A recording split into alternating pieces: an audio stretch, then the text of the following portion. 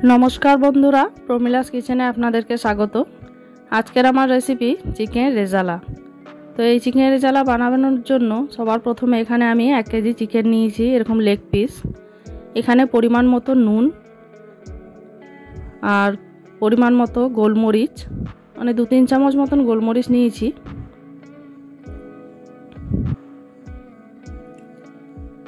एक चामच आदा रसुन बाटा,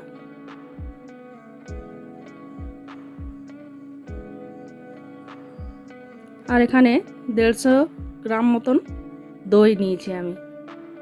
ये समस्त उपकरणगुलोके खूब भालो करे माखिये नेब और सामान्य एकटू तेल परे दिये देब। दिये आबारो खूब भालो करे मेखे एटाके रेखे देब आध घंटार मतन।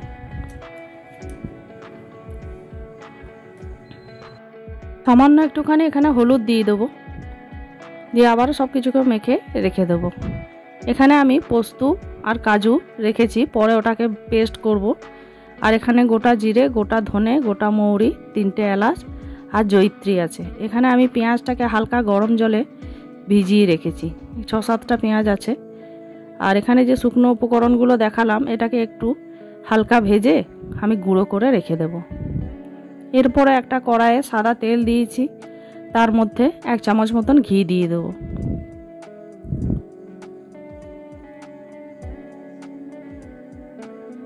एरपरे एर मধ্যে आमी 2টো तेजपाता, একটা दारचिनी, কিছু গোলমরিচ ও 3-4টা শুকনো লঙ্কা দিয়ে এটাকে একটু ভেজে নেব। এগুলোর থেকে একটা সুন্দর গন্ধ বের হলে এরপরে আমি যে পেঁয়াজ বাটাটা রেখেছিলাম, পেঁয়াজটাকে আমি বেটে রেখেছিলাম, সেই পেঁয়াজ বাটাটা এর মধ্যে দিয়ে দেব।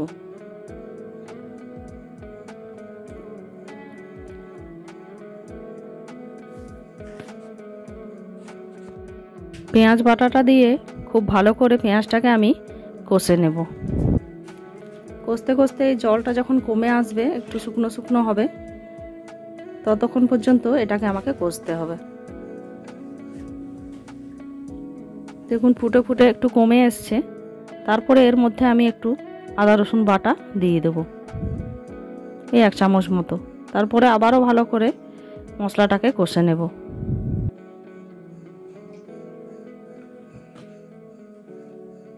দেখুন এখানে মশলাটা কষতে কষতে অনেকটা কমে এসছে। এই পর্যায়ে আমার যে চিকেনটা ম্যারিনেট করে রাখা ছিল সেটা এর মধ্যে আমি দিয়ে দেব।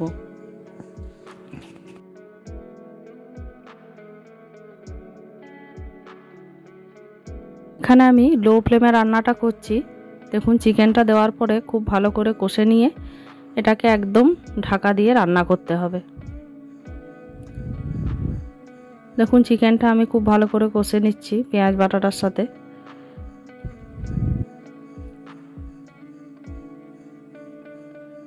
এটাকে খুব ভালো করে নাড়াচাড়া করে এরপরে আমি একটা ঢাকনা চাপা দিয়ে লো ফ্লেমে এটাকে রান্না করব।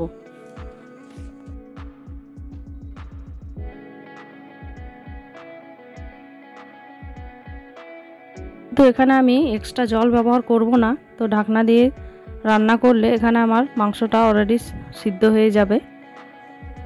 তো দেখুন এখান থেকে এক্সট্রা একটু জল বেরিয়েছে, দিয়ে আবারও ভালো করে কষে নিতে হবে মাংসটাকে।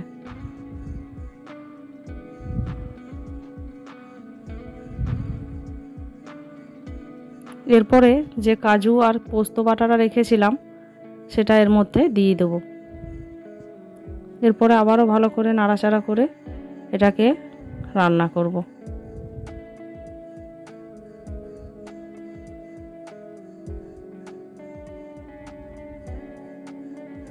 খুব ভালো করে পোস্ত বাটাটা কাজু বাটাটা মেশানো হয়ে গেছে। এরপরে আবারও কিছুক্ষণ অল্প আঁচে বসিয়ে রেখে দেব।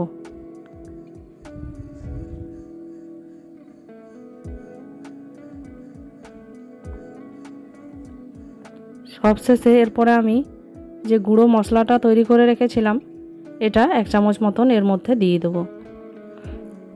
দেখুন এখানে ঝোলটাও কমে এসছে, গ্রেভিটা মোটামুটি গাঢ় হয়ে গেছে।